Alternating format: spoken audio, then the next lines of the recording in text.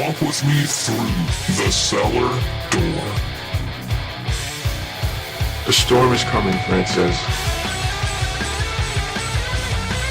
A portal to a more skeptical world.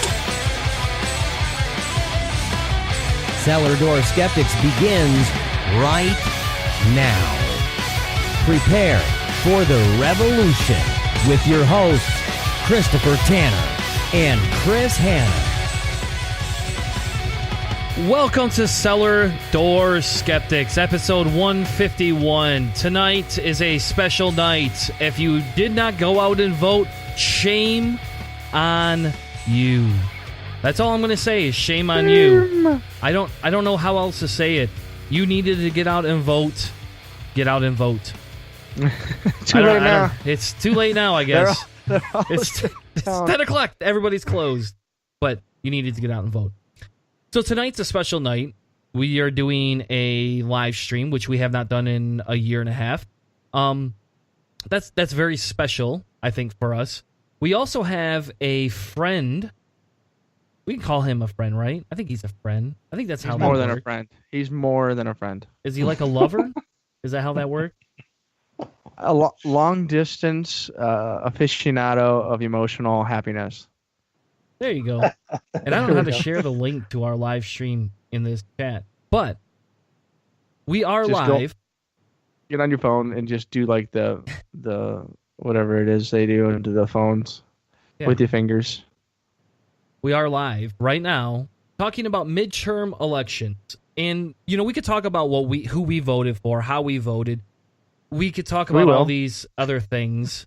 But in reality, that's not going to be the bigger point of the show. The bigger point of the show is to watch the election results roll in, drink, and hopefully see at least a blue cascade. Right now, 538 has Democrats predicted to win control of the House, but not the Senate. And especially in Michigan, not in Michigan. That is not happening in Michigan right now. But we'll see. We still have more time left tonight. You never know. Yeah, basically everything is going exactly as was predicted. Everything that I had seen, like the Senate was completely outside of any remote possibility in the real world anyways, because the market itself had dictated that the all of the districts in the map that had been drawn up for this, like this was a really, really strong Republican map for the Senate. So like there was anybody who was thinking there was an honest chance for the Senate was slightly delusional. At best, it was a 50-50. Just keep it close to the vice president making all the tiebreakers. That was the best case scenario. The House is, that thing. They always say the House is like the teenagers of Congress. Like they're in and out all over the place. That's much more volatile and much susceptible to the swings. But the Senate was not a chance. We are also, before you jump in there, David, we are also streaming live on Facebook, or attempting to. So you'll get to see our lovely faces drink and yell at the monitor, hopefully with minimal swear words, because I don't think you can swear on Facebook.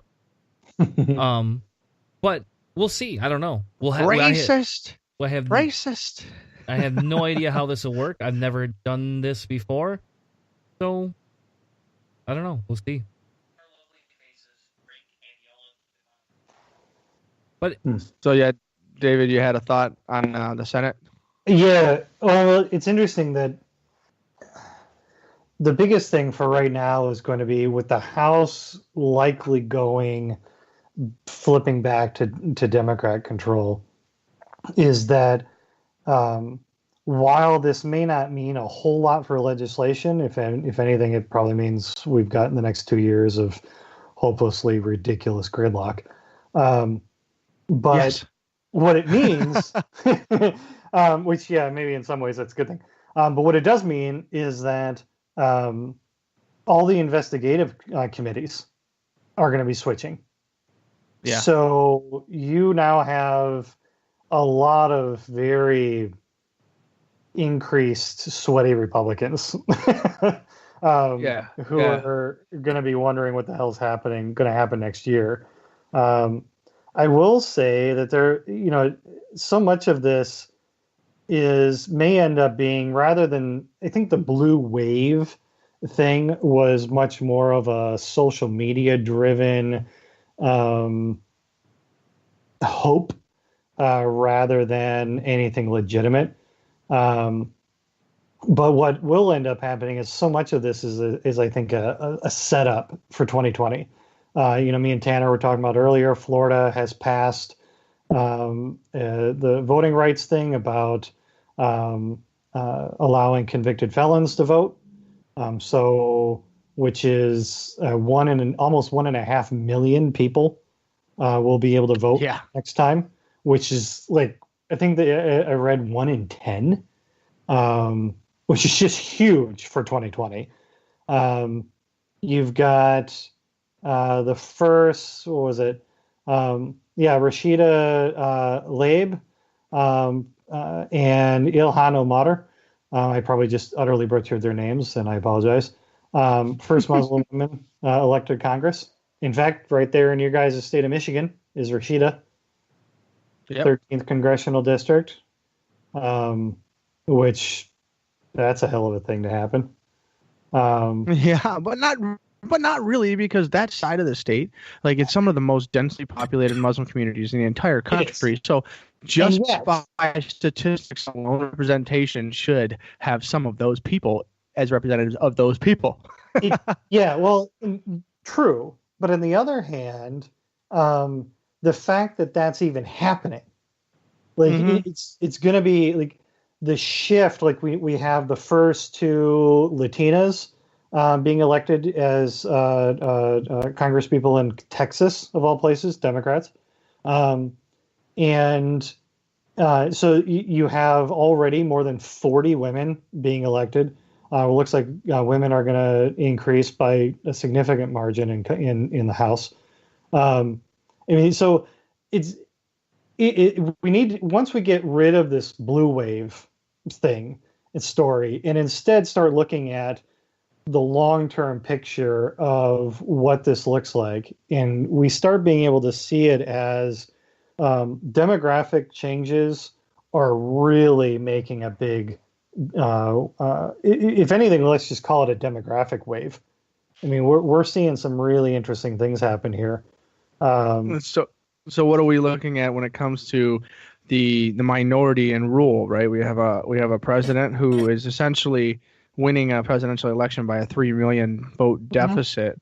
And we've got gerrymandering that's hopefully going to be defeated as far as a state level in multiple places throughout the country, so that we're going to have a showdown between essentially the minority trying to maintain its power through legislation and vote, vote stealing, vote strategy.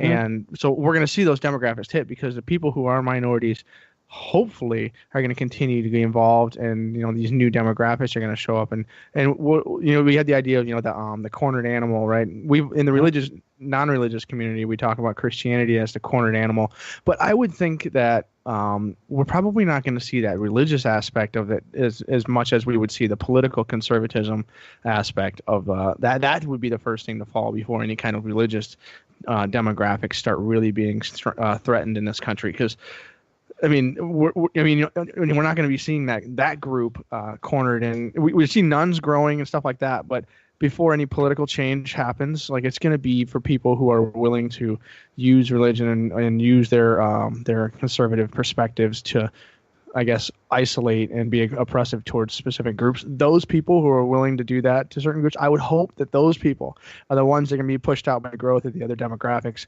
And I don't know if it's the herding cats thing or not, but if we could just do with all these diverse minority groups and even the progressive white groups, if we could all somehow realize that there has to be some kind of strategy, because that's the one thing the GOP in its relatively homogenous state was very good at, is getting some kind of a strategy. They took over the entire judiciary. They struck gold when it came to the last midterm on the census. I mean, they planned this out for the last decade, and now they're reaping and sowing that. You said the long term. I mentioned a moment ago, David, the long-term goal is what Democrats aren't very good at, because there's so many ideas in the party. I don't know. I'm curious to see what's going to happen. and that's I mean, basically we can go right back to, the 68 Civil Rights Amendment and Mhm. going, you know, Johnson signed the amendment and essentially noted he signed away the South for the next 50 years.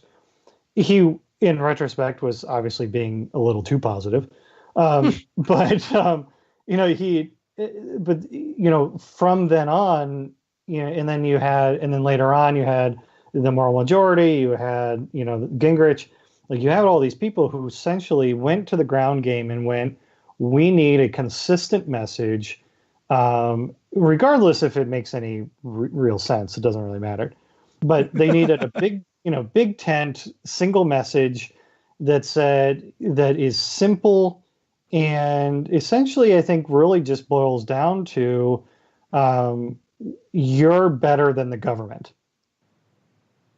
Don't tread on me. Yeah, well, and that's I really I honestly think I don't think anybody's actually phrased it particularly that way, but I really think that a lot of the messaging really comes down to that. Like you individually are simply better than authority. Like and so you have this resurgence against authority figures. It took advantage of painting liberals as elite. It fed into the incessant lying that goes on, because I mean, what's lying? Essentially, lying is a declaration that who you are is better than the authority of reality. So, I mean, and Me. exactly. And so you have this kind of consistent message that says you whoever you are, and it's predominantly white males, are better than any other authority, any other group, any other organization that would seek to quote unquote control you. And they sell it. It's an easy, simplistic slogan that can be kind of that can permeate in a lot of different ways. And you're seeing that all over the place. So one of the questions then is, as we see minorities grow in America, is that going to change? Will we get that? I think will that big change happen? I mean, it might take 30 or 40 years, but yeah. Well, technically, we are there. I mean, It's been we're very 30, close, 40 years since the civil rights stuff. Yeah. But Well, and I think you will see it eventually if we have enough time. The means by which that happens is a little up in the air. I'm really, really curious, and I've been saying this from the beginning of all this, is I'm really curious about what actual voter turnout will be for this election, and then what the ground game will be for the next 2 years. Because if the message gets taken away, and this is why I'm really scared about, in fact, I just read the White House is now releasing a statement about the so-called, blue wave has actually become a blue ripple, which I have to hand it to them is actually a really nicely done mockery. they are good at spin. It's good. And what's going to happen then is if the message can be against, get rid of the whole blue wave thing, and instead fasten on, see all of the little changes that we did in fact do. And this is what happens when turnout happens. Yes, gerrymandering is still happening. Yes, voter suppression is still happening. But if you get enough people to show up, then those tactics have become less likely to win, a large scale. And if you start making these incremental points and these incremental wins, then, a lot of things can happen. And that's the lesson we need to take from, the GOP the last 40 years, is they were okay with incremental wins. And now they're reaping the results. Now the results are, completely disgusting person in the White House, but, there it is. So, one of the questions would become, right, if that's the case, and if we do get to that point, what more can be done? There has to be something that can be done about it. right? So where are we at now? I mean, we're sitting here. We talked about how do we go forward? How do we change local races?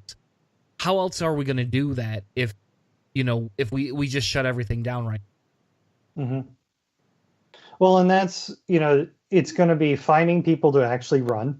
The number of people at the state levels, in district levels that are running unopposed, is really just astounding.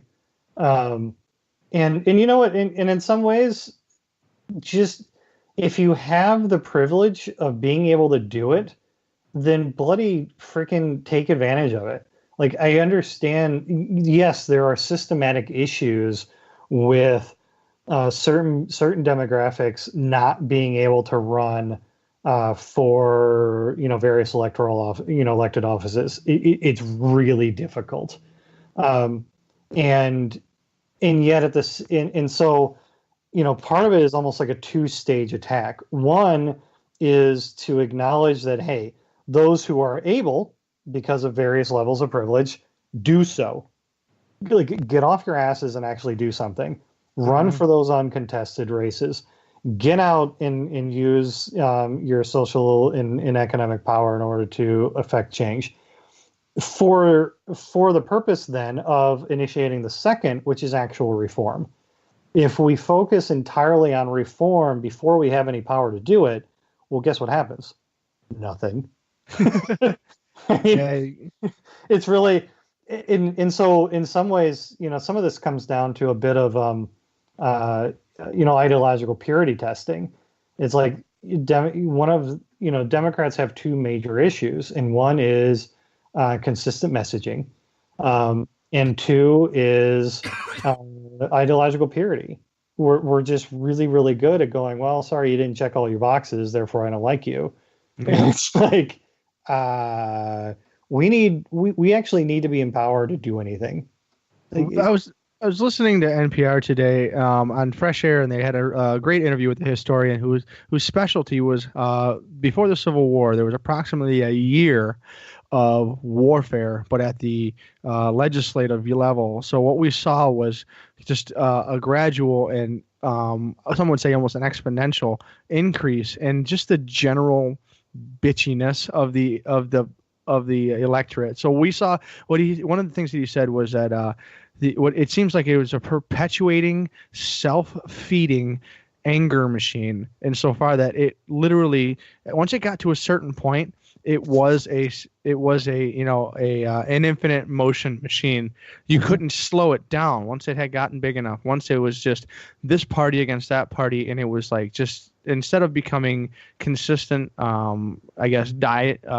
debate and diatribe, it turned into literally hating because of the other and not us.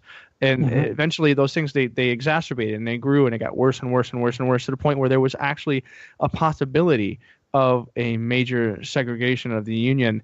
And it just so happened that it fell on, a line throughout the North to South. But one of the things that he really drew that was there's something that I've been seeing a lot in the a lot of people that have been attacking the Democratic Party. There's been this interesting thing where we in the progressive side, we typically see people talking about the conservatives in more of a racist area, saying that these are typically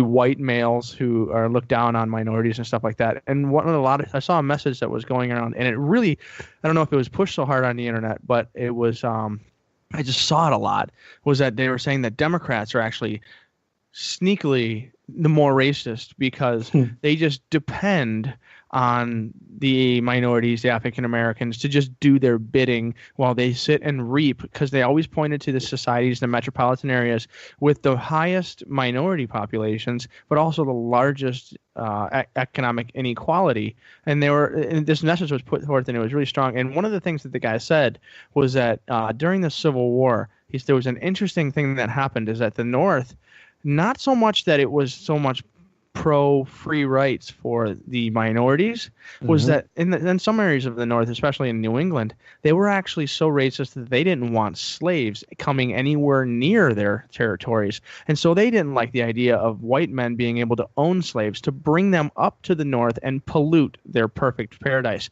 And so there was this commonness of racism that we still see throughout the entire country. And it's something that I think that the Democrats and a lot of the progressives, the people like all three of us here who are espousing, equality and things like that, like there's something that we in our community still need to really concentrate on. Because I don't think that there's enough, I don't know, evidence that the Democratic Party really is the party of equality. Because like we said, it's easy to brand us elites. You see that a lot. You see a lot of. And I don't know. I think that's something. Economic message is something that the Democrats could really drive on, and I would just love to see something like you said, a consistent message that the Democrats are able to ride on. And I think the universal health care and economic equality would be something that those two things are basis for the sadness and pain for a lot of people in this country. And I would say probably a large driving part of it. That's probably the best place I was thinking that we could go with the Democratic Party on this. Well, and going back towards the old style liberal values, not Democrat values, but liberal institutions. Yeah. It's just going equality of opportunities rather than outcomes. It's if you put in a 40-hour work week, you should be able to afford an apartment. It's just flat out like, this is ridiculous. It's not equality of income. Most people could care less if their CEO is making, more money than them. They expect it 400 times. Yeah. Well, now you're starting like, really? And that's where, having this message of going, this is our country, not yours, in some kind of like, parsing out of a population. This is our country, which means that we, plural, need to be able to work together. That we, as Americans, as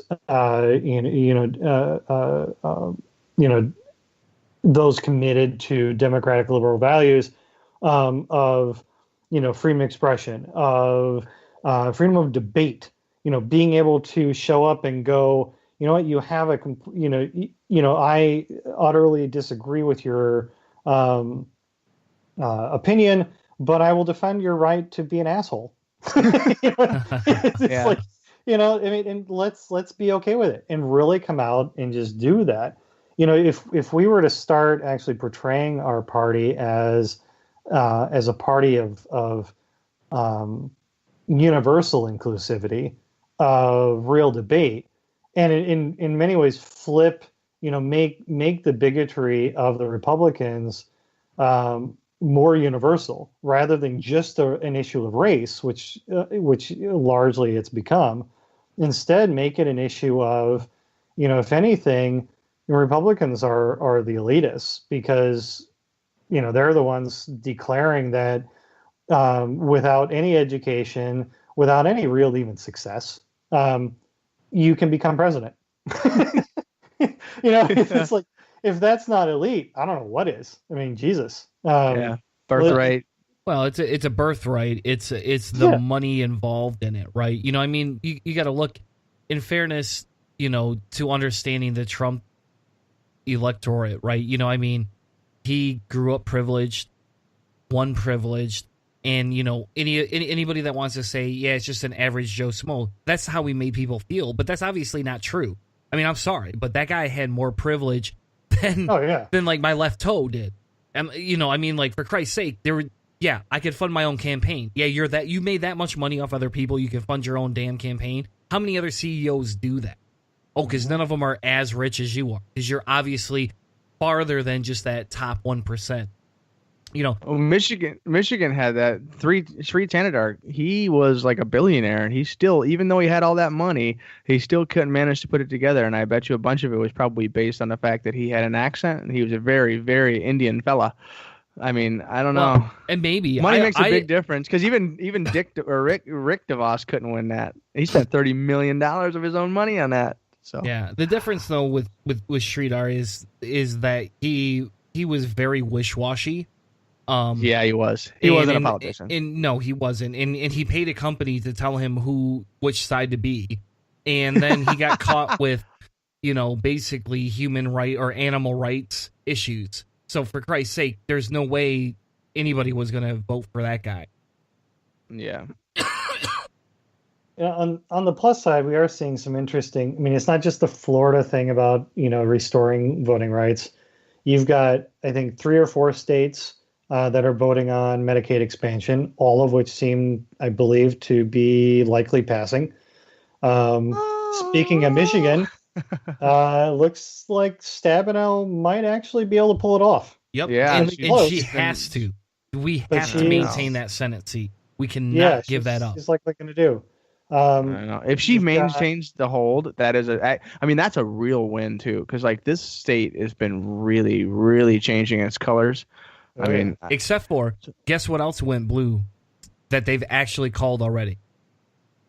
Gretchen. They've called Gretchen. Gretchen's officially been called, folks. I wish I had his shot lineup. I feel like getting up and getting a shot just so I can get back on camera and do a shot. But they've officially called she's won governor. So like, cheers. Let's do it just on camera. Cheers. Everybody's got something. Put it up next. There we go. Cheers. Cheers to a decent win. A female governor again in this state of Michigan. Yeah. Has anybody heard anything about Georgia? How excited are we there? You want to talk about that? To be honest with you, I've spent the entire day staying away from it. Was it as bad? From Georgia, Stacey Abrams. Oh, it's last we checked bad? About a half hour ago, she was down.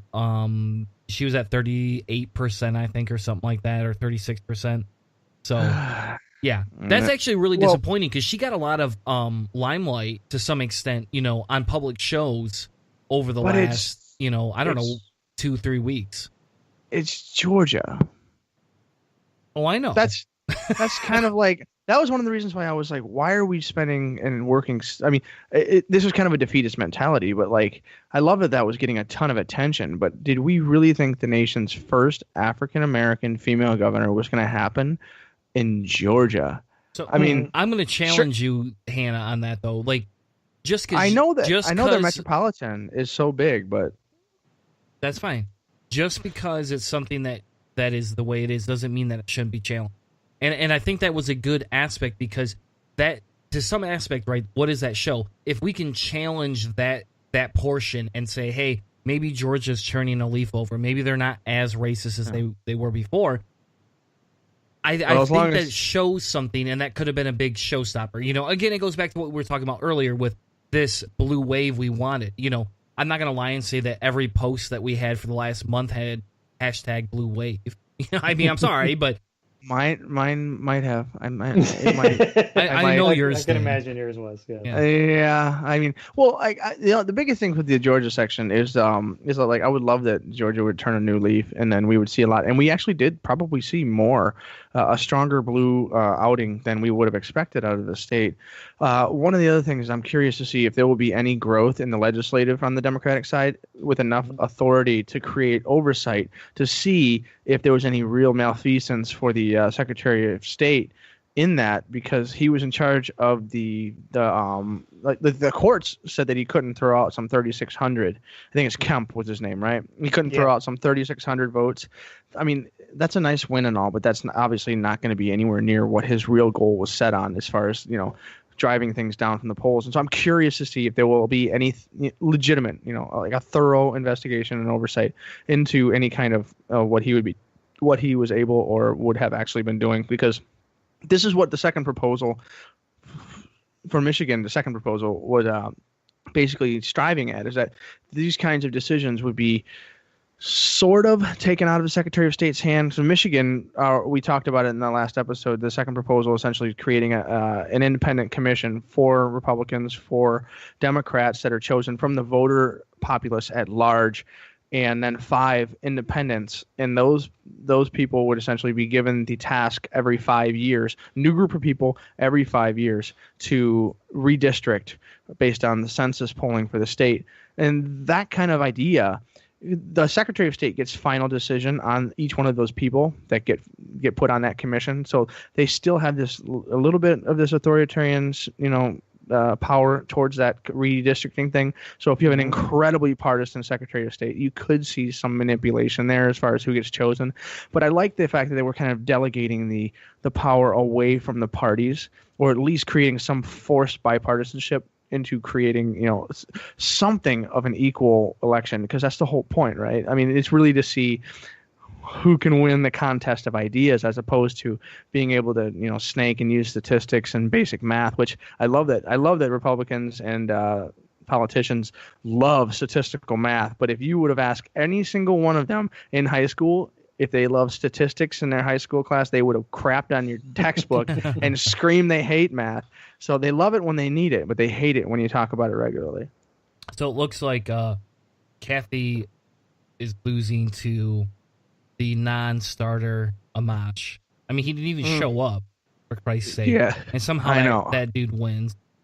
You're right. I managed to get my mom to vote for Albro, but hey, and that's good. And the funny thing is, speaking of mothers, my mother texted me Saturday night at like 1 a.m, right? And God only knows she'll probably watch this and I'll hear an earful for it, next week. But it's kind of funny. She texted me and, we were talking a little bit. She's like, hey, can we run through the candidates and the ballots? It's like, yeah, sure. And, in fairness, I did not. Deep breath. I did not actually just vote straight party Democrat. I didn't say that. We went through pros and cons. For example, Proposition 3, as I've stated on the show more than one time, I'm not super excited about a straight party ticket ballot. I don't like being able to click that box and just be like, oh, move on. I don't like that.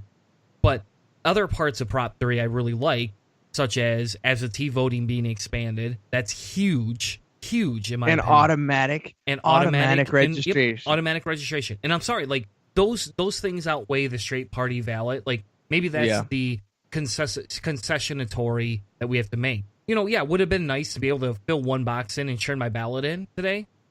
Yeah. But it did. It made me think. And it's kind of funny because I was talking with my mom too, and I'm explaining why I would vote for this person or that person. And, I'm going through that, and I finally, get to the end, and I was like, hey, by the way, these are the people I don't know.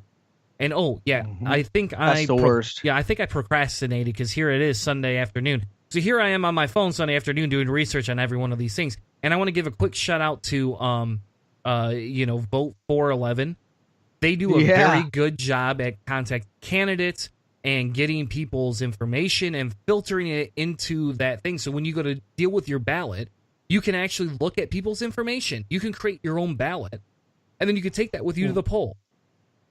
The nonpartisan electorate, so like all of the judicial appointments and everything, are the hardest because they don't have a party listing. And so you really do have to spend some time and go read their platforms. And the thing that frustrates me the most is whenever you go to a political platform website, it's going to give you the shiny and the happy. It's going to give you the nice and the cuddly.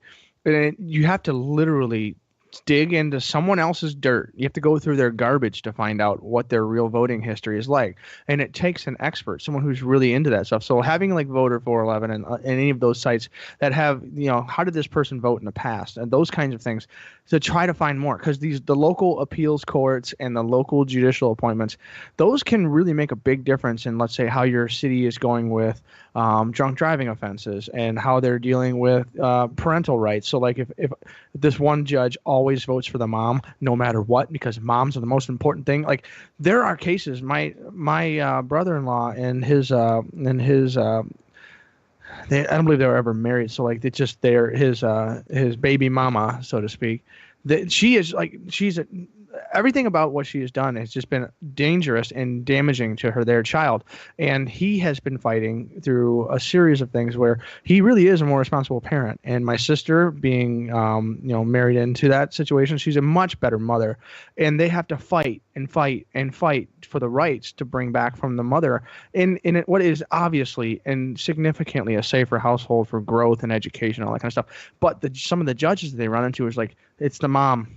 You can't take the kid away from the mom, even though they had a drug raid at the house because of drug dealers living with the mom, and the kid was there, and he was there when the federal agents came in with assault rifles and flashing lights, and like the kid was in the house when this happened, like a drug raid, like that. And they still,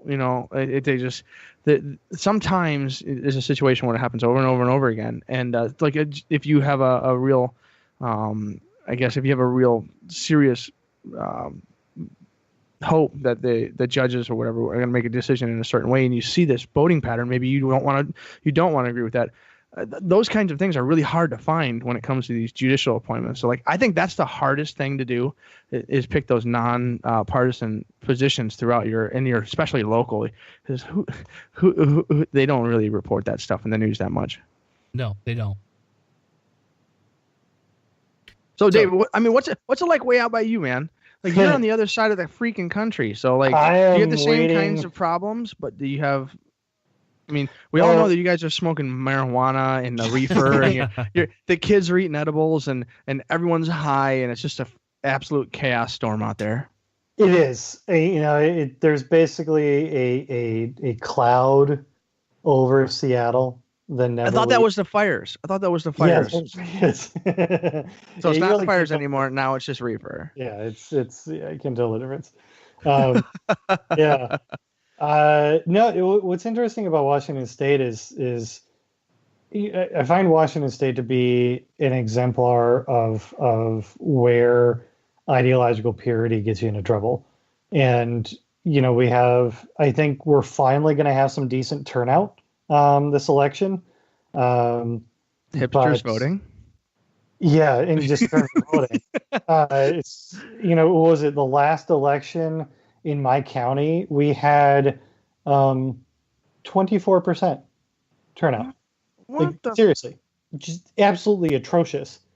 And King County, and that was in my city, and then King County ended up having all of like 30 or 40%. I mean, it never even hit 50. It's like just a colossal joke. And this was during the presidential as well? No, this is during primaries and so on. Yeah. And so it's been really interesting to see, like, if you fight for if you fight to not have dialogue, if you fight to gain power over the ability to work with other people, you have what we have essentially in for instance, case example is Seattle City Council, who is going to be really interesting to see whether or not they survive this election cycle. Hopefully not. But you kind of have this insularity that occurs where if you surround yourself only with people who believe like you do, and any kind of opposition, even if it's only subtle, needs to be worked out, well, then you just get crazier and crazier ideas. So are you saying that the entirety of the show Portlandia is true? I think that's yeah. Yeah, and that's pretty much what that's one of the things that that we hear a lot is that the loss of dialogue is definitely a dangerous thing. The one of the cool things today was a really fruitful day and frustrating day as far as listening to National Public Radio, because I don't understand what it was with multiple interviews with religious people that were one guy was just beating on the Bible hard about how the GOP isn't a party of God or Jesus Christ. They are a party of self-aggrandizement and using religion to gain more power. And so I agree with him in what he was saying. And then essentially what his message is what a lot of non-believers like to tell religious people. And so far that, your Savior and the Lord and Son of your God is, he's a pacifist. He says that you should love your neighbor and the poor, and sacrifice over wealth is a thing of pride. So far that you would do something for the poor people. The entirety of that is like, it's a good message. And then on top of that, there was another woman who was just like, I like all the religions. I believe in everything, and I am just, there's no organized thing for me. It's just everything is good and all happy. And like I was just driving and just like kind of like grumbling at this. And then thankfully the interview with the guy with the Civil War historian was talking, and like I got some teeth into something. And one of the things that he talked about was the honor society that used to happen in our government. And this was basically the Burr and Hamilton duel. And these things were one of the things that the people in the South were willing to do was the blood sport. Was one of the ways in which they were willing to, if you were aggressive enough in your politics, that they would call you out for a duel. So you damaged my reputation, and you called into question my honor. I will fight you to the death to defend my reputation. And they would go and they would duel. And the southern states were much more willing to duel. The northern states found it kind of appalling and repulsive. But one of the things that happened in politics is that the southern states were willing to call on the duel, to fight to the death. If the northern states would fight hard enough, and the northern states didn't want to. And so they often found that the southern states had an advantage over that because they were willing to go harder, deeper, and risk more. I think that's kind of an interesting comparison or a parallel to what's kind of going on now, is that you find the southern representatives willing to kind of go deeper down the white nationalists, and just literally call things specifically as they are. As it used to be a little bit more coded, it used to be a little more code switched. Now it's just blatant and open. Like Bill Schuette was he was the closest thing to like a Stormfront guy on the Michigan ballot that I have ever seen. And it's one of the things that my father is, kind of like the perennial moderate right. He was, he grew up poor and he dealt with a lot of that, but like, he still looked at that guy and he's pretty conservative, but he still looked at that guy and he's like, that's dangerous stuff, man. Like with the things that he was talking about. And I just find that honor thing has kind of switched, but it's still there. Is that the South and some of the Southern senators in the GOP are willing to just go deeper and harder. And they think that the North is just going to kind of back off. There's no way they can match that message. Yeah. And in that intensity, I don't know, man. That brings back that, will this machine continue to get worse and worse? Will next election push the boundaries even further? Maybe. I got to interrupt. Are we allowed to go to the board? Oh, I wish I had a board. I wish I had a board here. We were talking about this earlier. I just need a board. I need another screen or a TV above my processing station here. I want to go to the board right now. We don't have the same money as the Colbert or Stephen Colbert. They got a ticker. They have a ticker that they're running because they're live tonight. I know, and I'm sad that we're doing this instead of watching it, but I don't have cable, so I can't watch it anyway. Yeah, I don't know. And it's just cheaper than going to a bar, right? I could be at a bar right now spending thousands of dollars or hundreds of dollars getting drunk. But so we're gonna go to the board. It looks like in Ohio's race, they're pretty sure the governor's race is going to go to the GOP. But they also have predicted that Illinois is going to flip another Democrat. So they're going to we've had 15 flips for the House so far. 15. We literally only need 8 more. That's it. Mm-hmm. Yeah, so we're almost 2/3 of the way through the flip. So that's extremely interesting.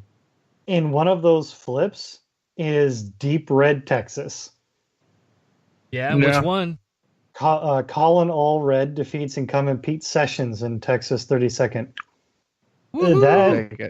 I'll take it. You know And what? Texas I is still- sneaky, man. Well, and and I still think, Beto is going to lose, but I do too. there's I think he's gonna run for president. a lot of votes in heavily urban areas, What or did you- city areas that have not been counted.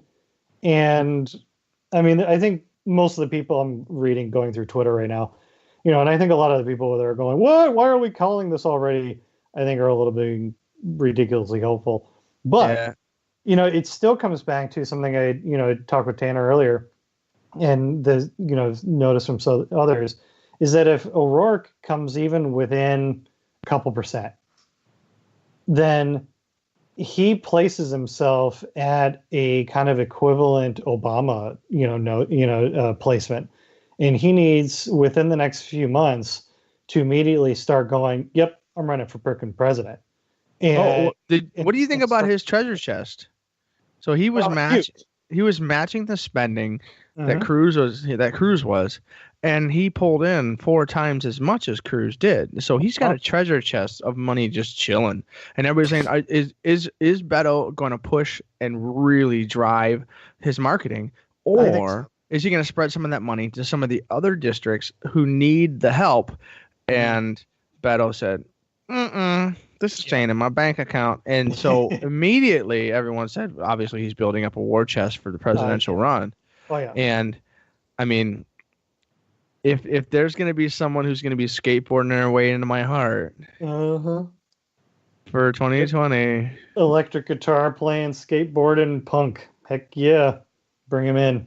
yeah. So I mean, that's a definitely a youth driven thing that I think, and I he's fluent Spanish speaking. So like I think there's a bunch of things, his message is very similar to Bernie Sanders. I think that he brings the youth that would drive up a bunch of interest.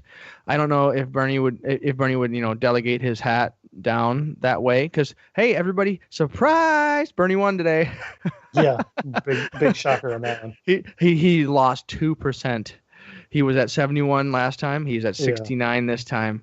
So 2% down. Yeah. It was a shocker. I was so, anyways. So like, I mean, we'll see what happens as far as what they do on that end. But like, I think Beto, one of the first thing I woke up and thought this morning was that today it's possible that Ted Cruz will lose his job, and that made me happy. That was the only happy moment I had so far the entire day. It's been a rough one for me as far as work and everything, but like, it was nice to just think that this could be the day that Ted Cruz has to go home and work on his resume.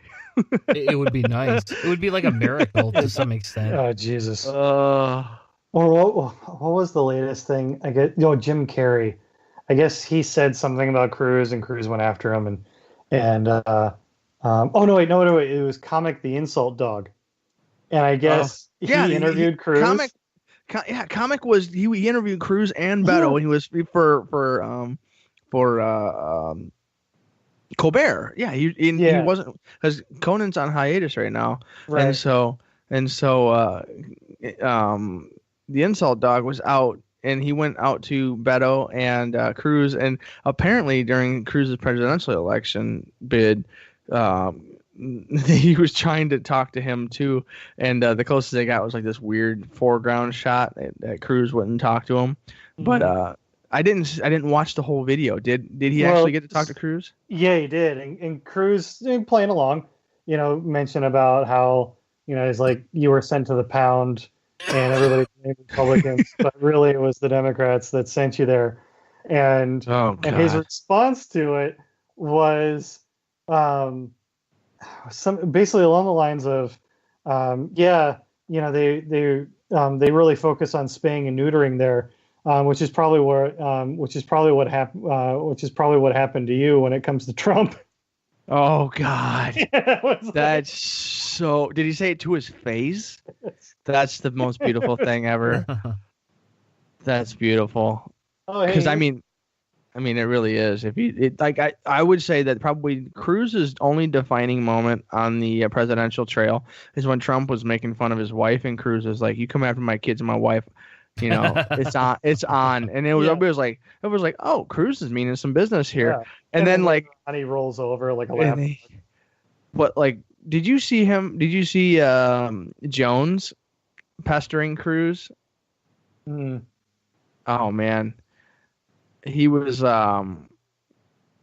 just they were in the hallway, and he was basically trying to like, what you gonna do? Why is this guy? And Cruz is like, he's like, I don't need your help. I'll get you out of the way on my own. He's like, did you hear that? He just threatened me. He threatened to move me on his own. He's gonna fight me. Is he gonna dude? Do you realize that you're talking to the internet right now?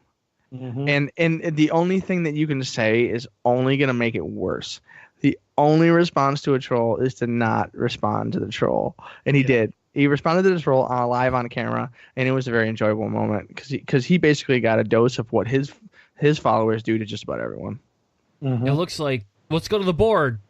Let's Hannah. go to the board. Let's go to the board. It looks it looks like Iowa is going blue.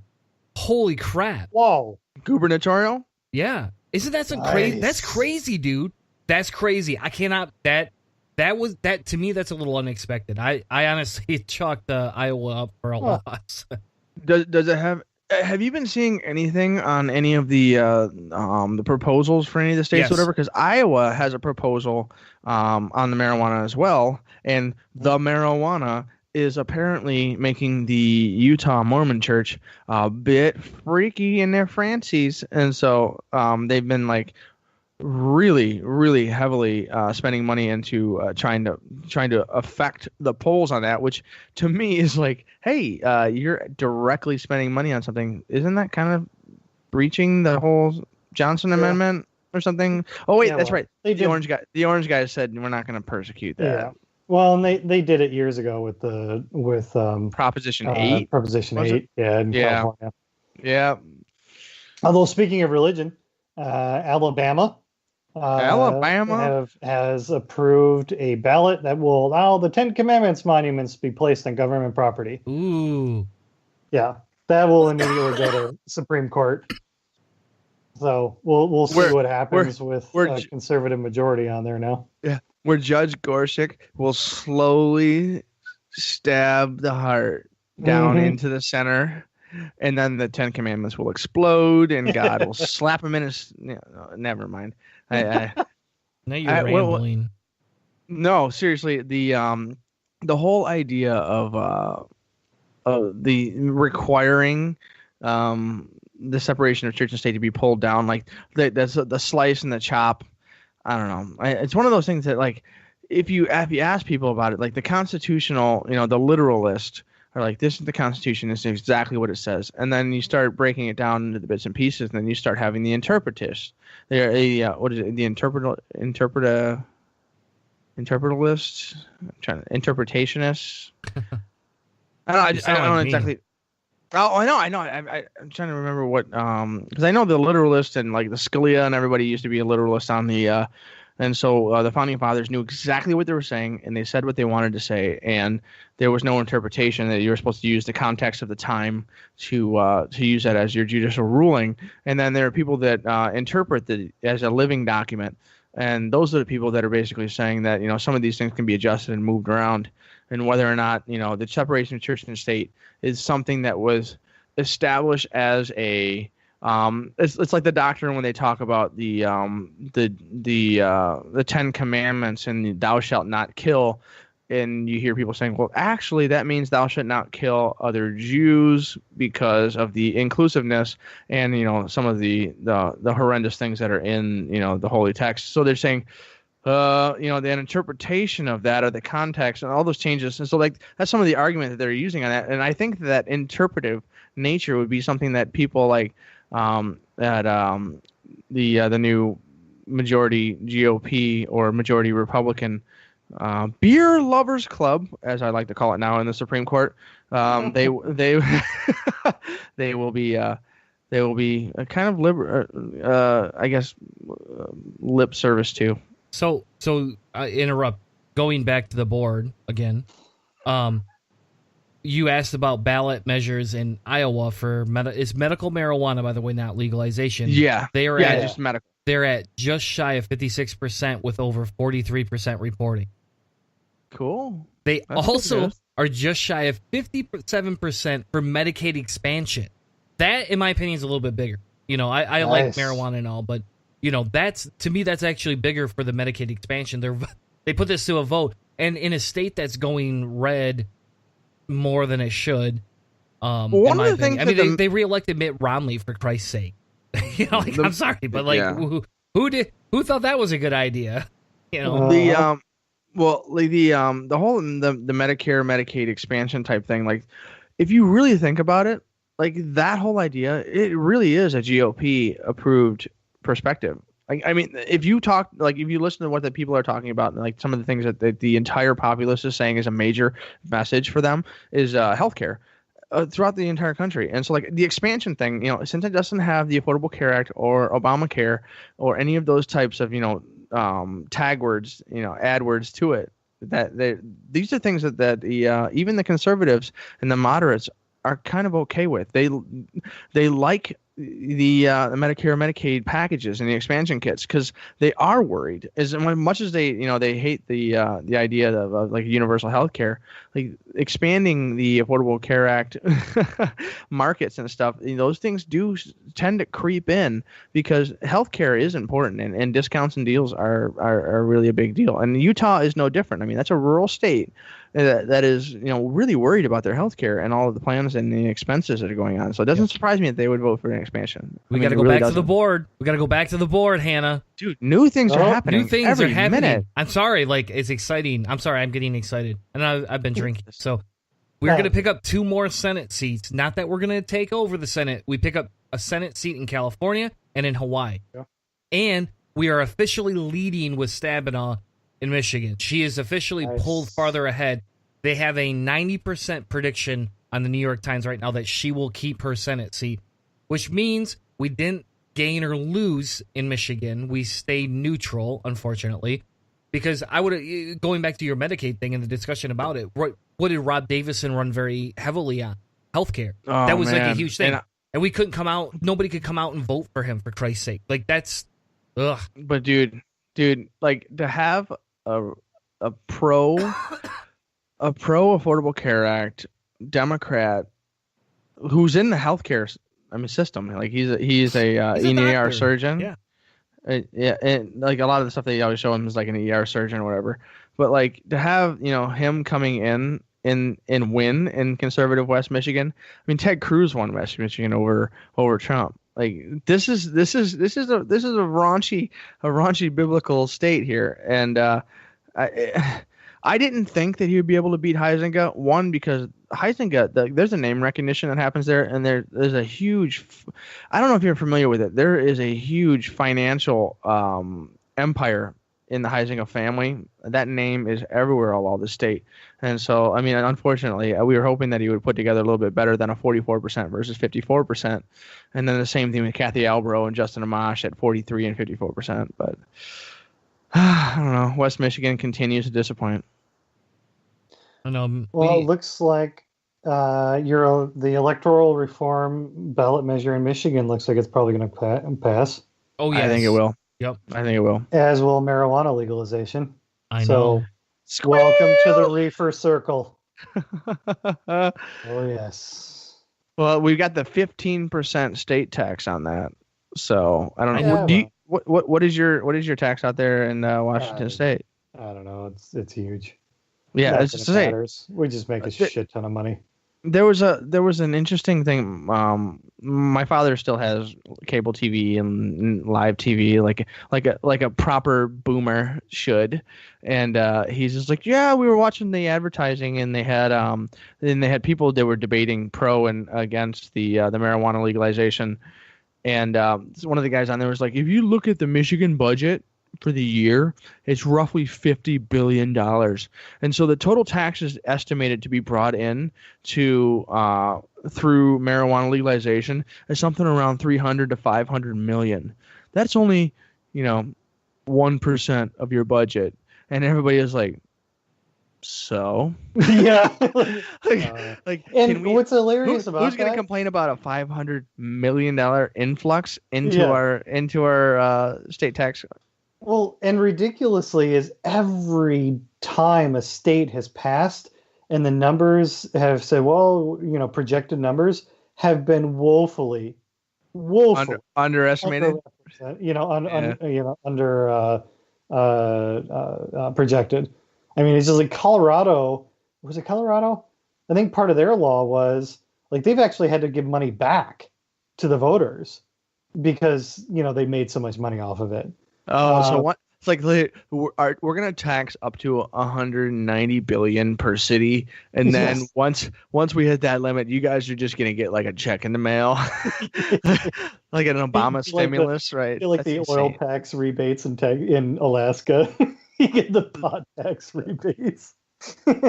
This, and I bet you a bunch of GOP people would be like, "This says marijuana on the check. I ain't gonna cash it." I don't know. Like they all cash their Social Security checks. I don't know. I mean, I understand like people having an issue with a sin tax or whatever, but like if you really think about it, like aside from like societal systemic demonization, in all reality, like the differences between any other type of inebriant what we're talking about here, which is alcohol and tobacco and any other stimulants and that kind of stuff, like I understand the worry on driving because we don't have an instantaneous test, and there's a whole bunch of them that are being tested, and some of them work, some of them don't, and there's a worry that since that marijuana be legalized, that a whole bunch more African American and minority people would be taken down to the station for drug testing through blood. And so they're going to say that we're going to have arrest or you're going to have suspicious pullovers and say, I suspect you're under the influence. We're going to the station. You're going to sit in a cell. We're going to drain your blood. And we're going to test your blood. Those kinds of things are going to be coming way more rampant. And so you're going to see some more of that systemic direction towards the minorities there as far as the minority and marijuana usage. I don't know if that's going to be true. I suspect it will because some of these things are pretty logical as far as a way that the police would deal with this. I hope that we can, in science and technology, can divert enough money to find an instantaneous test so that people can be tested whether or not they're driving under the influence or not. We actually talked about it on the show, I think, at some point, whether or not there's some leading ideas, but I don't think we have anything locked in. No, and that was the thing. I told you before, like that should have been something. If we were smarter, we could have invested in and been millionaires by now. For Christ's sake! Now that they're legalizing it across the state, somebody's going to make millions off that. I think another thing, when it comes to discussing, minority wins, is there's been a lot of women winning the votes this time. And I think that's huge. For example, I believe in Minnesota, they elected a, somebody to go who is a woman and a Muslim. Was that in Frankenseat? I think so, yes. I don't know. I'd have to look at it again. But yeah, in fact, two Muslim women have been elected, one in Michigan and then one in Minnesota. They're actually looking at over 100 women in the House. Yes, that's huge, man. Yeah. I'm sorry, like to me that's and again, I don't like to see the red at all. I'm sorry, I don't. I'm just going to openly say it. I hate seeing red, but it's exciting though to see even between red and blue, there's more women being elected right now than there was before, and that's exciting. The numbers will be bigger than the year of the woman. What was it, 92? That was the year that Pelosi first came in. Right. Well, and you're looking at likely another, House Speaker Pelosi again, which, Trump has got to be just super, super, super happy about that. Yeah, that's one of the things. Like, do you think has anybody watched? Well, no, I haven't seen anything from Trump on that. My question is that like, do you think that Pelosi has anybody around her? We talked about, and you talked about the Seattle City Council. Do you think Pelosi has nothing but yes men and yes women around her? For most Congress people. I mean, Do you think? Because, like, I mean, in all reality, like, we talked about the long term strategy here, and like the long term strategy as a House leader does not have Pelosi as its leader.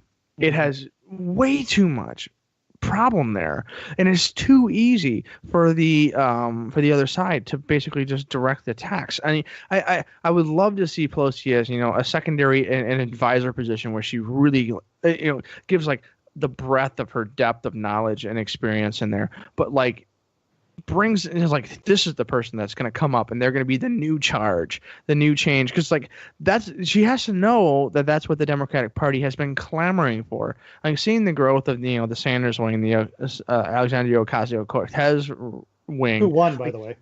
Yes, like those kinds of things have to be, you know, they have to be visible and understandable by the GOP and the Democratic Party, and they have to pay attention to it. And like Pelosi coming in and just assuming the position and saying, this is where I belong, this is my spot.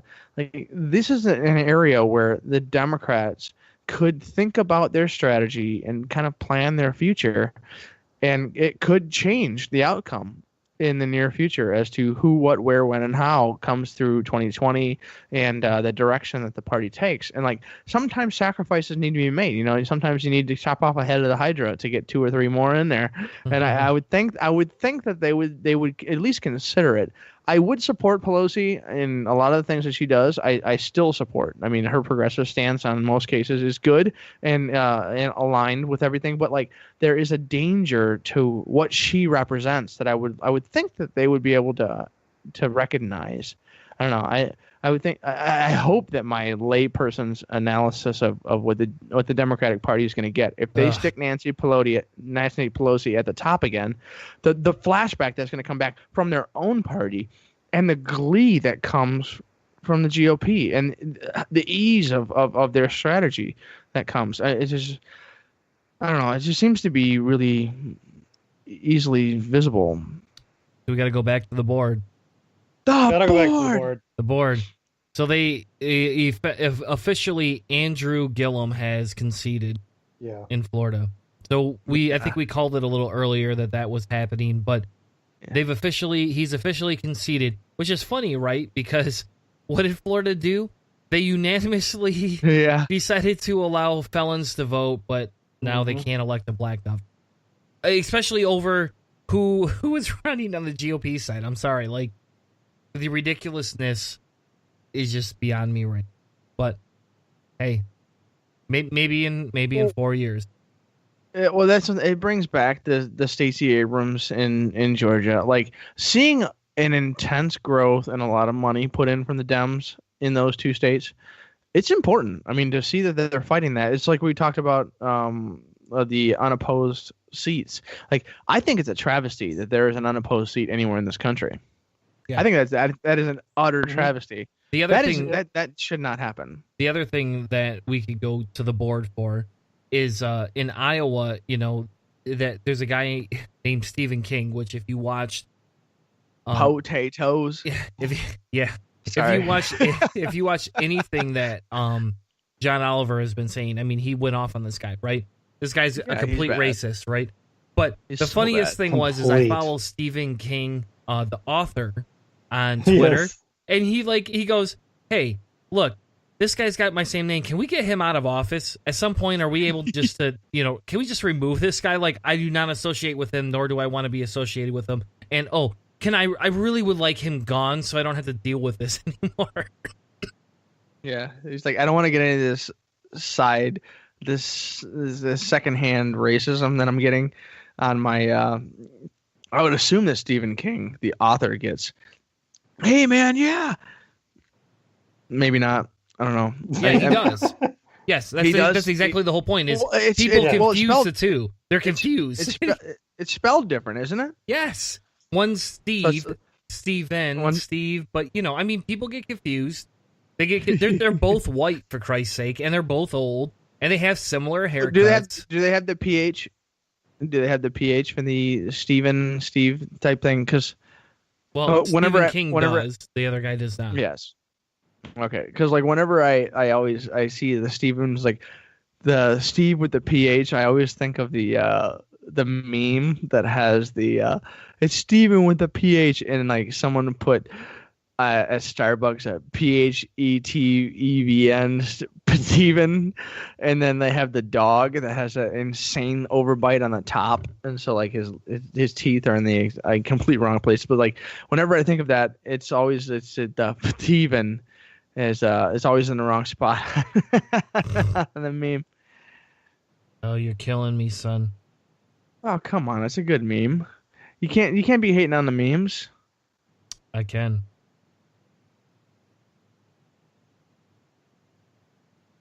There's going to be lots and lots and lots and lots of voting still to be done. Well, it's one of the things that I was thinking, that it's like more than likely this is going to be a late night as far as who gets the final draws. Well, even in Texas, I mean we're how tight is the Beto Cruz still? Yeah, I mean, Cruz is up 4% now. It's almost 300,000 votes. But I mean, the thing of it is, like for instance, Dallas, you're literally talking about hundreds of thousands that have not been counted yet. Houston. Well, it's the same thing that happens. The same thing happens in Michigan. You'll see Michigan, and it's just like, yes, we've got the vote here, and like there's no light in Detroit, and you're like, we're not certain exactly what's happening. You mean the most populous state or city in the state is it hasn't been quoted. Like I was flipping through the news earlier today, and a bunch of districts in Detroit had to turn away voters this morning because they couldn't find their voting machines. Yeah. They were locked in certain closets hidden throughout schools, and no one had keys to get these voting machines out of the closets. And so they had to find them. They had to get the keys for the people who weren't there, and then they had to get these machines out. And so like in the end, like people had to wait an hour and a half, 2 hours, 2.5 hours to get to the voting machines to vote. So they just left. And it's whether or not those people came back, whether or not they could come back to vote. I mean, so you could. I'm not enough of a conspiracy theorist to think that some GOP guy was like locking machines into a closet. I am enough of a person that says that there are inept, stupid people who would be like, yeah, you know what? We should just lock these things randomly wherever and just. I mean, it's only the midterms. It's not that big of a deal. But like, I mean, I don't know. It's just some of the things you see, and you're just like. Do you guys just not pay attention to anything until like 18 minutes before it all starts? That's the only thing I think of. Is like, is it really that bad? I honestly, I really think it is. And then you have turnout being huge, at least huge for the U.S. And not huge by like Australian things. We're like, people. We need the people to stop offering drinking deals on the day of voting because people are showing up to the voting booths completely obliterated and they can't even find the dots, which I love. I wish that was our problem. I wish it was. I wish it was a mandatory thing and we're like, oh my God, people are drunk. We can't keep doing this. Like I don't know.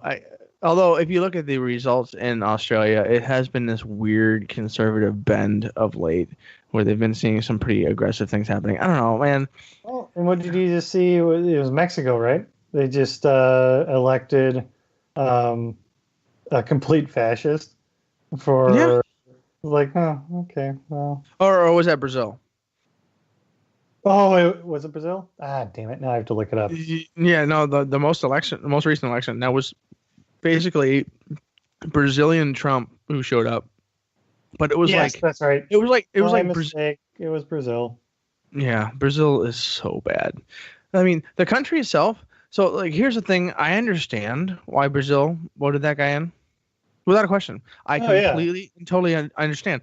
They needed a pro authority. They needed a pro police presence because I don't know. This is something. This is a weird thing that I do on a regular basis. Chris, he said that he doesn't really like it all but I don't know if you would fall into the category or not. But there are a bunch of places all over the internet where they have closed caption television, and it has videos of people that are either attacked and murdered and killed in the streets, and like they always show up throughout. And one of the things you see is if you see like attack in Brazil, you don't click on that link unless you're okay with seeing somebody getting killed, because Brazil is that bad. It's insane. Like it's really surprising. It's one of the questions is whether or not Brazil has way more CCTV, or if Brazil is really as dangerous as the internet says it is, because it's insane. It's so bad. Like the number of videos that you see of like off-duty cop shoots guy who tries to steal his car, or a hijacker, like, and it's just like blam blam blam. Like it isn't even like 15 seconds of thing. The guy walks up to a window and he's just full of holes. Like it's that insane in Brazil, and they have this real strong problem of with the violence, and so like they need an authoritarian figure who's going to come in and say, I'm going to fix violence. I'm going to fix the Duterte method out in the Philippines, where it's like drug dealers just pull them on the street and kill them. We're okay with that. Like that kind of authoritarian thing where they try to get rid of these like really bad people, the gang element or whatever. Brazil has a huge problem with that, and so like it doesn't surprise me through the fear of all the violence and everything. They're seeing the growth of that, and that's part of this geopolitical recession that we're looking at. It's like with the refugee problems that we have all over the world, that everyone is kind of like, I'm afraid of these people coming in. They have lost everything and they're willing to do anything to survive, including criminal activities, whatever it takes. And my father was talking about the caravan. And he said, he's like, so these people, they're coming out of Ecuador and Guatemala, and they're coming here and they're on the caravan and they're going to do whatever it takes to get in the United States. And I posed him the question. I said, what would you do to protect me? So my father, he's in the caravan, and he's from Ecuador, and he has a son my age, and I have a daughter 3 years old, and the whole family is working our way towards through the northern to the land bridge through Central America. And I asked him, I said, what would you do? Would you sacrifice your life to protect me and my wife and my daughter, your grandchild? Would you sacrifice it to come all the way up to the United States to try to find safe haven to protect your grandchildren? Would you do that? Would you with me stand at the border and tell your wife and your two daughters to go across the border should they find safe asylum and happiness and comfort on the other side of that border, and stay back behind because of restrictions or whatever? I would sacrifice my life, and my father would do the same. The two of us would wait and let them go across. Like that's something that we agreed on. And I said, that's what those people are doing. Those people are putting their entire lives on the line. And the men in that group, a lot of them would stay there and watch their wives and daughters go across that border. And they would accept that their progeny, their loved ones would be safe and happy and survive. Like that's the kind of sacrifice that these people are willing to make.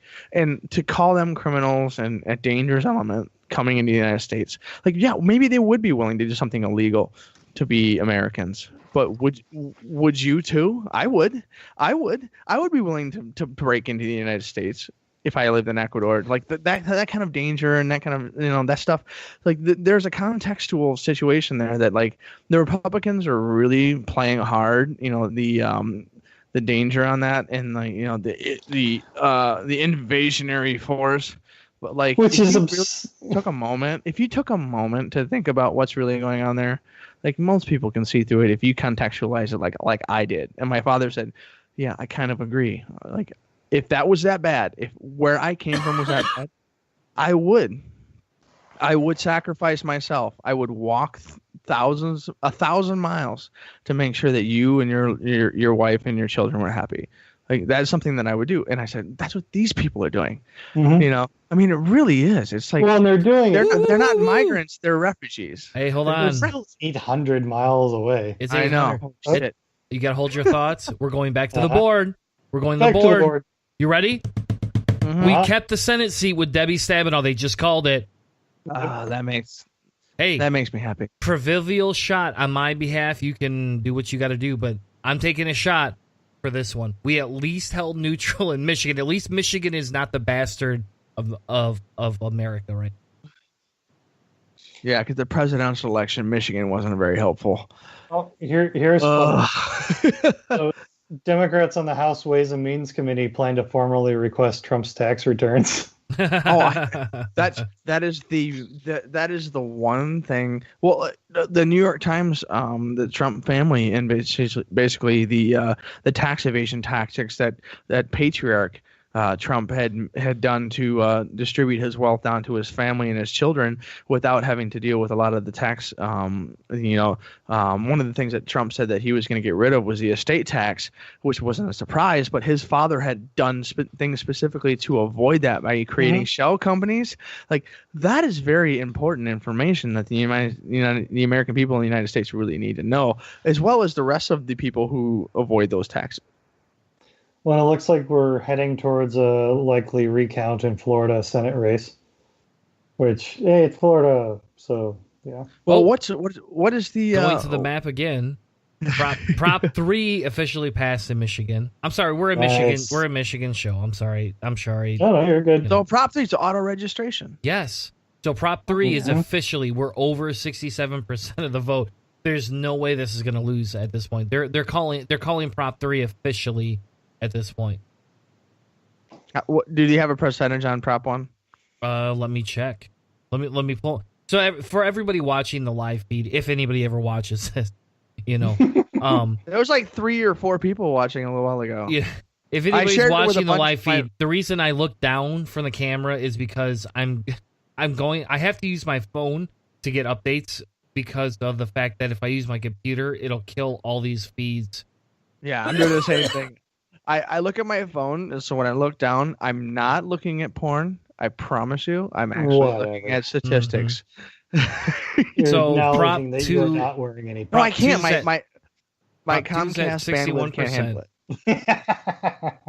and Prop 1's at 57.5%. Ooh, I like 57. That's really close to 42, which is the number that is the solution to all things in life. Mm-hmm. What? Yeah. Hitchhiker's Guide to the Galaxy. Oh, sorry. Dude, don't panic. Don't panic. Which really should have been my general thought, like the first thing I should have thought of throughout the entire day today. Because like my whole day, so one of the things that has been frustrating me about today in general is that I woke up and it's like, okay, there's lots of things happening, political events, lots of people, and I've been getting messages. I've been steadily growing my connections throughout all of my social media groups, and I've been getting messages all day today from people that I'm kind of friends with, sort of friends with, like literally I communicate with on a regular basis, and I've been getting like, oh my God, what's happening? This is insane. We're losing. Why is this so bad? Like, I've been getting messages of doom and gloom all day. People watching the numbers, and I didn't look at any numbers until we sat down to do the show tonight, specifically because I needed to breathe the whole day and get some stuff done at work because I didn't need a panic attack for 20 hours.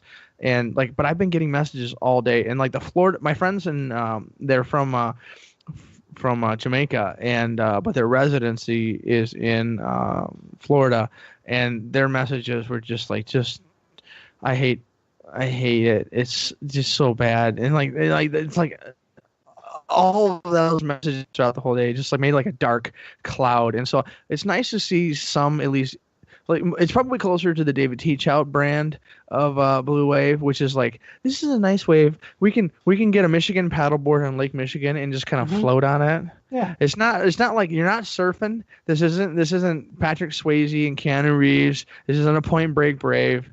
This is more of just a paddleboard at Lake Michigan wave, which I can still live with.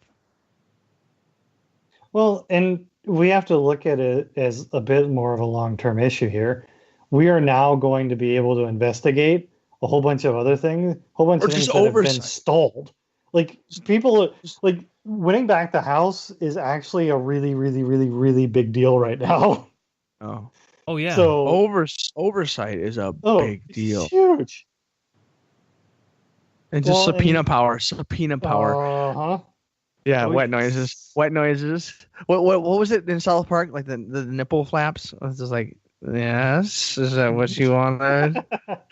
You don't have all of the coverage that you want. Yes, I mean that's a huge deal. Like subpoena power is a big thing because one of the things that having the Democrats have been writing letters in the House about Trump's tax returns and about a lot of things like sternly worded. This is what the way specifically the NPR said it, and they're like firmly worded letter. Yeah, that doesn't mean anything. But subpoena power, that's a whole new ball game. That's a Bill Clinton problem there.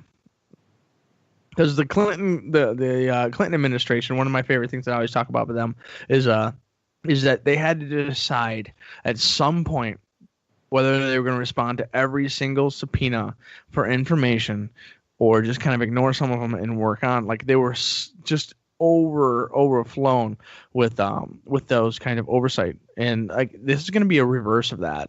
Without question, this is going to be a reverse of that situation. And so we saw a lot of really interesting things come out of the Clinton administration due to all that intense oversight and the fact that they were not able to ignore. Because one of the Trump administration and Trump himself, one of his favorite things to do is to simply say, okay, and then ignore it. It's like, this is a thing that happened and then never mention it again. And so once it comes to the legality situation and at a presidential level, you can ignore it, but it comes back. And then if you ignore it again, you have legal ramifications of that. So like there's going to be some answers here finally. And that's one of the other issues is that like, as you know, a pro-Democrat, pro-progressive, like let's say he releases all the information and it's clear. Fine. I don't care if it's clear. I don't care if there's no crime committed and he's in the clear. He's just an ass and he's a mean person. And he's a horrible racist. Fine. If there's no illegality that happened, at least we have that transparency that we know what happened. I suspect that that'll be a different case. But I mean, in the end, like I would love to be proven wrong, but at least have enough information that I could be proven wrong. Like we have no idea on a lot of things. So like hopefully the House Oversight Committee can bring some answers to what everyone, including some conservatives, are like, was it really Russia? Did they really have anything to do with it? I mean, I would love to see some answers, and I think that by the flipping the House, we'll have a few more answers there. I don't know if it'll be that big of a deal or change anything, but just more truth is kind of the whole idea of the non-believer community anyways. Mm-hmm. What we got here? Missouri and Arkansas both raised minimum wages. But that's going to be even better for the Trump administration because it's going to show wage growth, and he's going to claim that and saying like, this is totally me. This is totally me. I'm the best ever. I forced wages to grow because they've been growing at like what 20 cents, 25 cents or something in the last jobs report. Like the jobs report, the last jobs report was really high. It was 220,000, I believe. It was like 10 or 12% higher than expected, which is awesome because the volatility in Wall Street has been insane of late. And they're saying, oh yeah, well, that's what happens when you have trade wars in like 6 different places and you just, oh, that's right, you're just instigating all of the oil tariffs against Iran. Yeah. Yeah.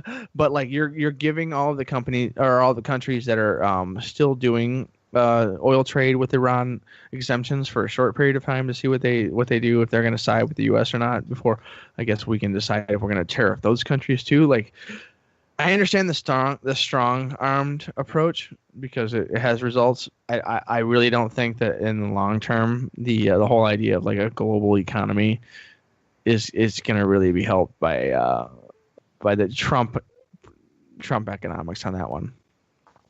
Well, and so the Colorado State Senate has been taken over by the Dems, as has the New York State Senate. That wasn't already? Yeah, exactly. That's a surprise. Although I played baseball in Utica, and those folks were Republicans. Yeah, I will say that. Yeah. Like they're like, yeah, we can see Buffalo from here. We're Republicans. Yeah. You know, so going back to, we talked about, did Trump post on Twitter? The only tweet today, other than his morning tweets about who you should support, was tremendous success tonight. Thank you all. What? What are you talking about? Okay, I mean, maybe you think it's a success, but Trump tweeted at like 11 o'clock this morning, tremendous success, or what? How late was it? 26 minutes ago, so about 11 o'clock. Okay. Yeah, so it's just, I don't know. It's just, I don't know. I gotta get a Twitter. Twitter is a nightmare for me. But, it's just kind of funny because you look at him and his craziness and what he does tweeting, and yet instead, somebody must have his phone. We've had that conversation before. Who has his phone, right? Who's hiding Trump's phone today? Somebody must be hiding it. They're like, good job, guys, for what you do. Oh, run away, because we know if he gets a hold of it, he's going to just make something horrible. That's what'll happen. My favorite tweet that he had this month was that I don't even use my phone much, but like on that tweet it said sent from an iPhone. Like he basically, he was. I don't use an iPhone, as you tweet from it. Okay. Yeah, he's like, I rarely use a cell phone. I never use a cell phone. I always tweet, but I don't use a cell phone. And then it was like the connection was sent from my iPhone. Like it was that. I don't know. Like the whole idea of Trump basically conceding defeat is an impossibility. And so what he would do is no matter what, like he supported a few people and those people have won. And the people that didn't win, he's going to completely and totally wipe his hands of those people, and their loss is nothing to do with him and nothing to do with anything. So like he will only use the confirmation bias for anything he does. So it would be tremendous win, tremendous support. And, the one side of the equation gets seen here. This is something that's actually going to happen on both sides. You will watch the Democrats do the same thing. It's like tremendous wins, tremendous gains, and both sides will have the exact same message and, strategy and who plays the game of chess much better will make a difference in the near future. And, I would love to see the Democrats, play this game, but I'm tired of seeing the Democrats be outmaneuvered by the Republicans. I mean, it's frustrating. It really is frustrating to see the Democrats so short-sighted to miss out on so many things that have been happening. The judiciary was the biggest thing. Just watch it where it's just like the Democrats saying, no, and then the Republicans are just like, there's nothing you can do. Just go home and have a nice nightcap. Like, I mean, really, it's been that strong. And, I mean, it won't change a whole lot for confirmation in the Senate. Yeah, and you're right. We won't change in that aspect, right? But what do we see today? Some of the big things that we've seen today here was a change in women voters, right? We saw a change in how many are being elected, and that's exciting. I can't wait to see the total turnout for women, especially college-educated women. Those are supposed to be huge numbers. And we've seen a change in how many women ran. We saw a change in where they're going to go, what could happen in the future. And I'm going to pick on one election because he's related to me and I despise him with a passion. Oh, man. I cannot stand this piece of shit. And I'm sorry for swearing on Facebook, but I cannot stand him. What? Dude, what was the solution? Did he lose? Come on. He did not. Come on. God. Nope. He didn't lose. He didn't lose. But she, in fairness, she doubled the votes that she was predicted to get.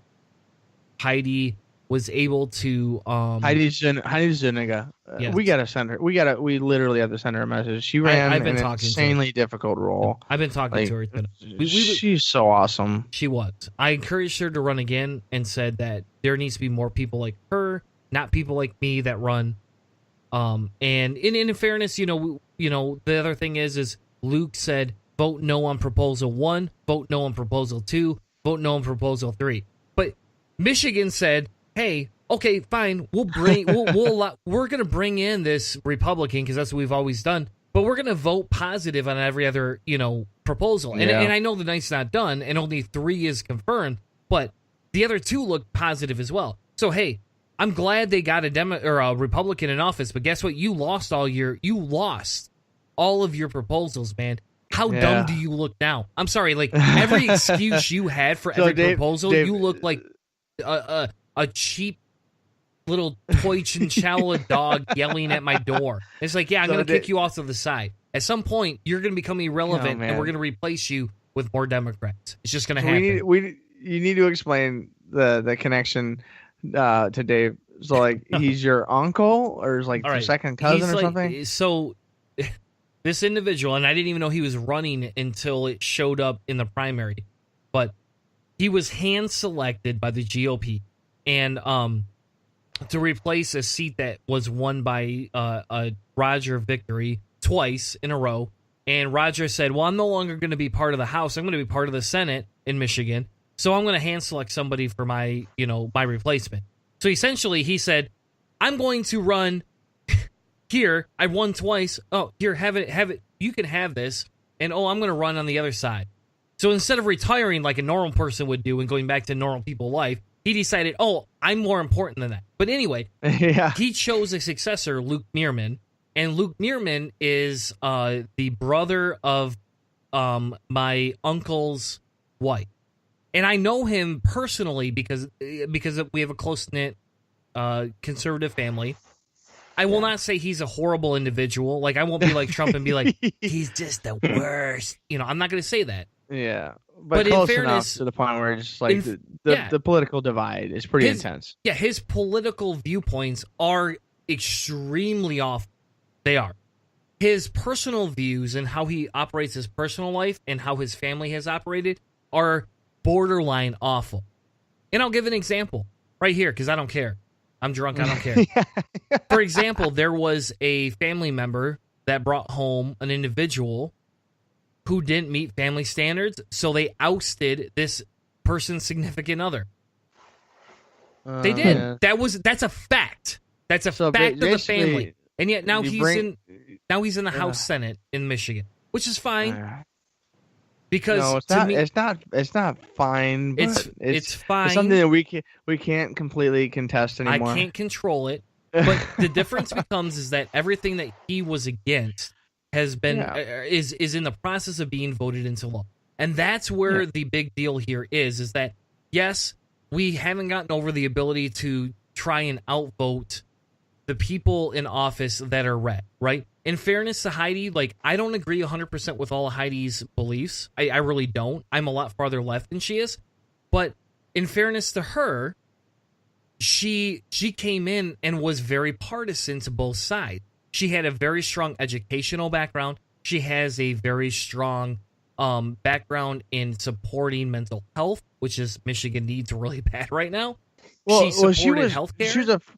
She was a former teacher, and she also went through cancer, right? Yes, she's a cancer survivor. On top she's of a cancer survivor and former teacher. Like this kind of woman should be on a pedestal, helping set forth the direction of this country. Like these are the kind of people we want to lead our country.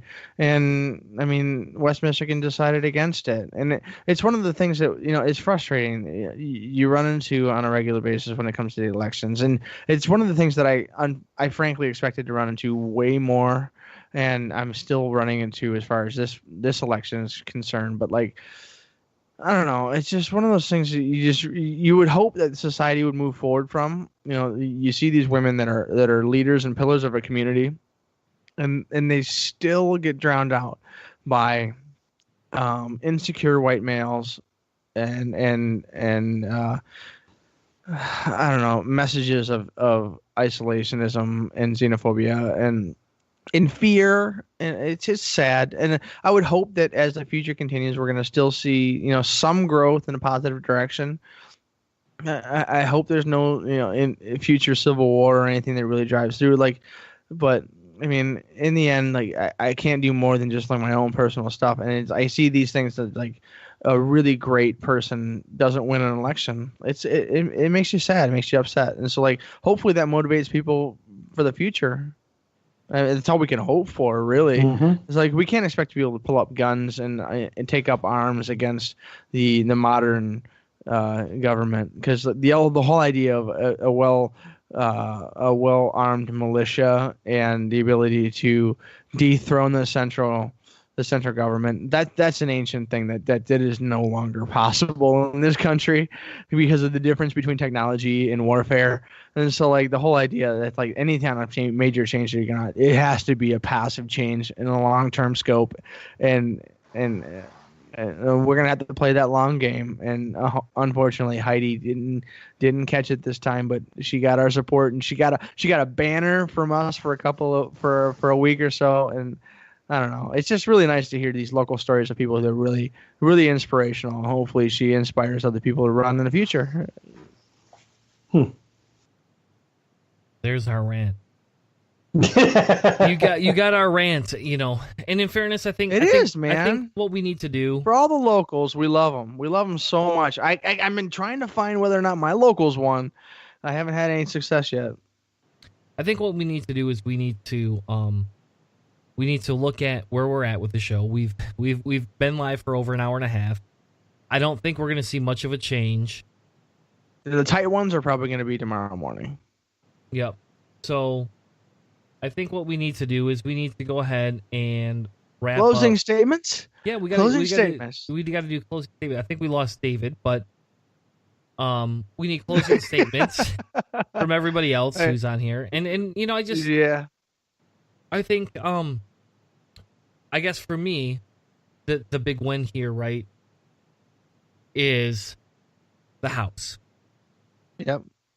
It's the proposals in Michigan. It's the ability to see women voters actually come out and vote. It's the ability to see more women being voted into office. It's just it's really sad that we have to say these things. It's sad that we have to have these conversations. It's sad that in the long run of things, nobody quite understands why we can't get more minorities out to vote, but yet we have a very white male conglomerate. And I'm going to get on a soapbox for about 30 seconds here. Right. And I'm going to say... Right on. And I'm going to say, here's the deal. We talk about third-party voting. We talk about all these other things. And I'm not against third-party voting. But we need to at least realize our privilege in this. And if you aren't privileged and you third-party voted, hey, that's fine. If you are privileged and you third-party voted, that's fine. But what we need to understand is that without the ability to be compassionate to others, where are we going to be? And if we can't change the state and local elections, we aren't going to change the national ones. And that's all I'm saying, is that we need to get out. I don't agree with the Democratic Party all the time, most of the time, really. But what I want to do is say, hey, we need to vote now. We need to vote where we're at, how we're doing, because if we don't vote this way and we don't vote in this manner, we aren't going to be able to change. So voting a blue wave is not going to fix society. What it does is it gives us the opportunity to now go back and say, how do we create grassroots movements that are going to fix the Democratic Party or abolish it and create a third party that will stand for progressive rights? And if you're sitting here right now saying, I'm going to vote third party only, you're missing out on an opportunity. But I'm saying is stop just doing that. Let's start a movement where we create a progressive movement here and now and not something later on. And let's go through this to create a better United States than what we have now. Don't make America great again, folks. Let's become better than what we ever have before. I can agree with that. I really can. Like, as a forward progress for the country and for everything that we've seen throughout our entire nation's history, we do really see growth, and we see betterment across the board. It's slow. We see steps back. Every once in a while, we see a step back. But in all reality, like we're seeing growth, and we really need to hold true. We need to basically have a genuine introspective towards what is happening, and we need to look at the history, and we need to try to extrapolate as to what's going to happen if we continue on that path that we are. One of the things that I've talked about multiple times throughout the entire episode here is that a historian pretty much said that in the past, we've had these moments where we saw a ton of really intense political divide, and these kind of things fed themselves in this self-perpetuating machine. We need to worry about that. And so, like, it's not so much trying to find, like, oh, you need to find the Democratic angle, you need to find the Republican angle, you need to find the independent angle. We just need to find a good compromise where the country can continue to exist and have a good diatribe, good debate, and find some solutions here. So, like, whatever the results are for this election, we need to concentrate on finding a place where we can somewhat meet in the middle and try to find some future here, because there is a real danger as the parties and as the ideologies drive further and further apart, that we could have some major future problems. And like Chris has got some young kids. David is immune to children, which is utterly amazing to me, and quite impressive.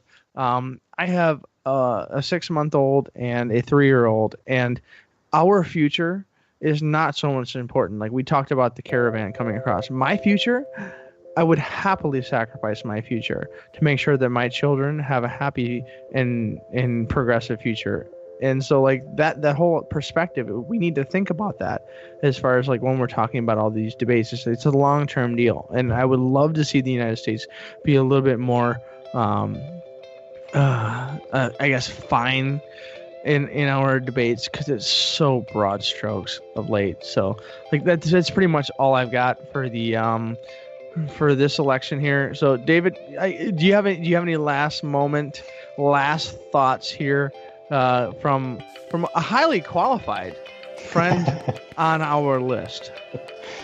Well, actually, to piggyback a little bit on what you were saying, a tweet from Tom Nichols. He's he's Republican, but he's a never Trumper. And I started following him a while back when I read his book, "The War Against the War Against Experts," or something like that. Highly recommend it. It's fabulous.